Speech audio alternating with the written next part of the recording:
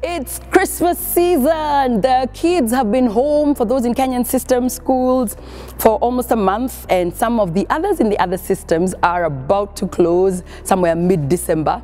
So it's Christmas season. Are you having conversations with those children? My name is Grace Bukachi. You're watching CITAM Church Online, and this is Saturday Special.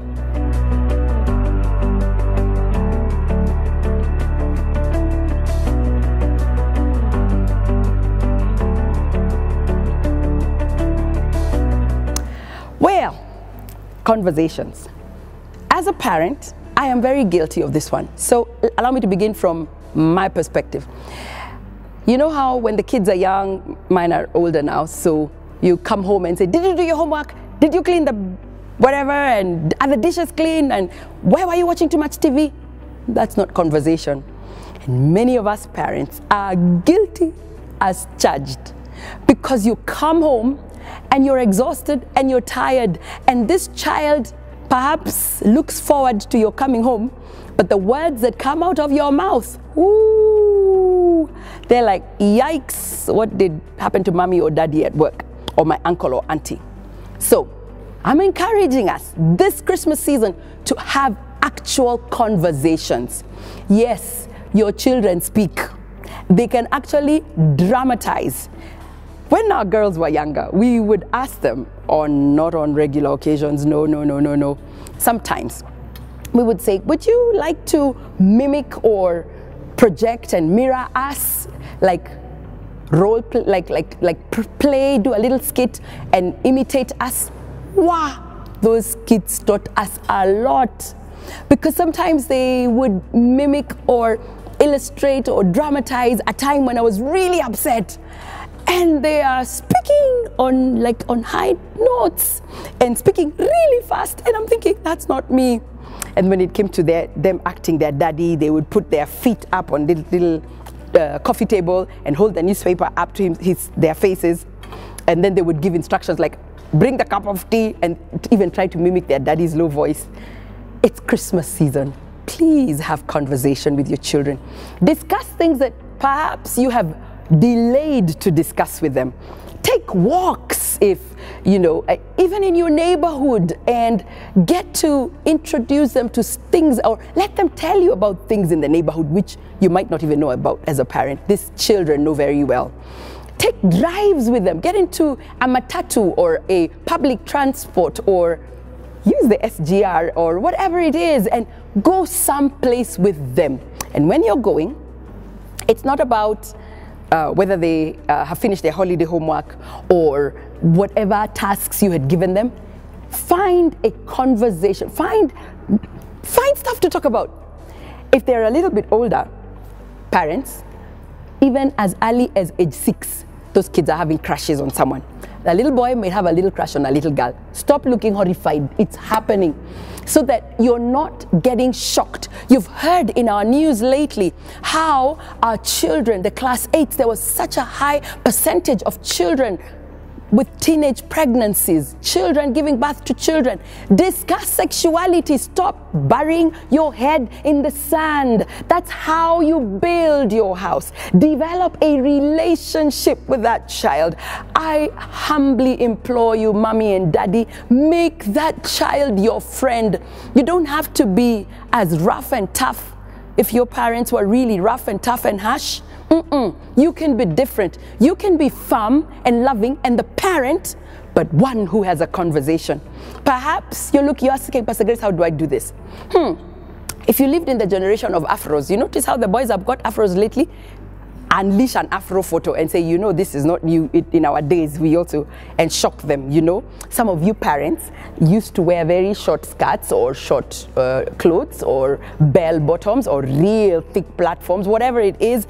Just start from a point of perhaps, they have photos now on their phones. So don't condemn them to their digital space and their digital world. Find ways of bringing I know some of the kids say, oh, you're talking about how you went to school without shoes all the time. Find interesting conversations. If some of the boys and girls, so I'm not going to say if they're a boy or if they're a girl, allow me to challenge you. Perhaps you need to go into that kitchen and show that child how to make an egg, because some of you parents have not been teaching your children how to cook. Everything is done for them. Conversation. Say, put the pan on the fire. Put it, you know, I have a friend who was asked to once boil a chicken. And the mother thought that because she had slaughtered the chicken and removed the head and removed the legs, that the child will know what to do. The child boiled the chicken with the feathers. Whose mistake was it? The mother didn't say, boil the water, remove the feathers. Conversation, talk. Say, this is stage 1, this is stage 2. If you're baking a cake, let them know. You mix what ingredients you're mixing. Forget about cakes. Let's talk about food. Ugali. Your child could be in high school and doesn't know how to do ugali or make chapatis. Now, those are Kenyan staple foods for those of you watching us and watching this video from another country. But this is my humble request, parent. Don't say that that child is locked up in their room or watching TV all day. You can switch that TV off, sacrifice your best program, and talk, discuss, find out what they think of the Christian faith and help them develop. You see, the Bible says in Psalm 127, it says this: unless the Lord builds a house, the work of the builders is wasted. Unless the Lord protects a city, guarding it with sentries will do no good. I'm reading from the New Living Translation. It is useless for you to work so hard from early morning until late at night, anxiously working for food to eat, for God gives rest to his loved ones. Children, this is where I was coming, are a gift from the Lord. They are a reward from him. Children born to a young man are like arrows in a warrior's hands. How joyful is the man whose quiver is full of them. He will not be put to shame when he confronts his accusers at the gates. Children born to a young man are like arrows in a warrior's hands. Children are a gift from the Lord. They are a reward. That child in your home is a gift to you. They are a reward. Please have conversations with them. Talk to and with them. Now, parents, I know that in some of our African countries, we decide everything for the child, including the school they're going to if they've been in an exam class. Find out, does that child have a specific school they've dreamt about? It may be beyond your financial reach, but it is good to listen to your child. Talk to them. Talk to them about their own fears, their own joys, their sexuality, their faith. Have a conversation.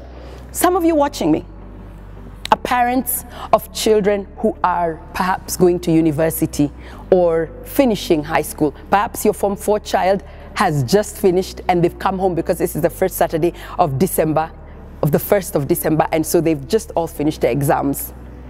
Please have conversations with that child. Don't just tell them, don't be seen with so-and-so because you're a girl, you're going to get pregnant. There's a boy child who is overwhelmed sometimes by the thought of the responsibilities that would weigh on them, that would rest upon them. Discuss. Have conversations with your children. If you want to reach us on CITAM Church Online, the numbers on the screen, on the various social media platforms, we'll be glad to interact with you and help you develop conversation with your children. On Facebook, on Instagram, on Twitter, you could inbox me, Grace and Bukachi. I'll be glad to have a conversation with you. God bless you. We'll see you next time.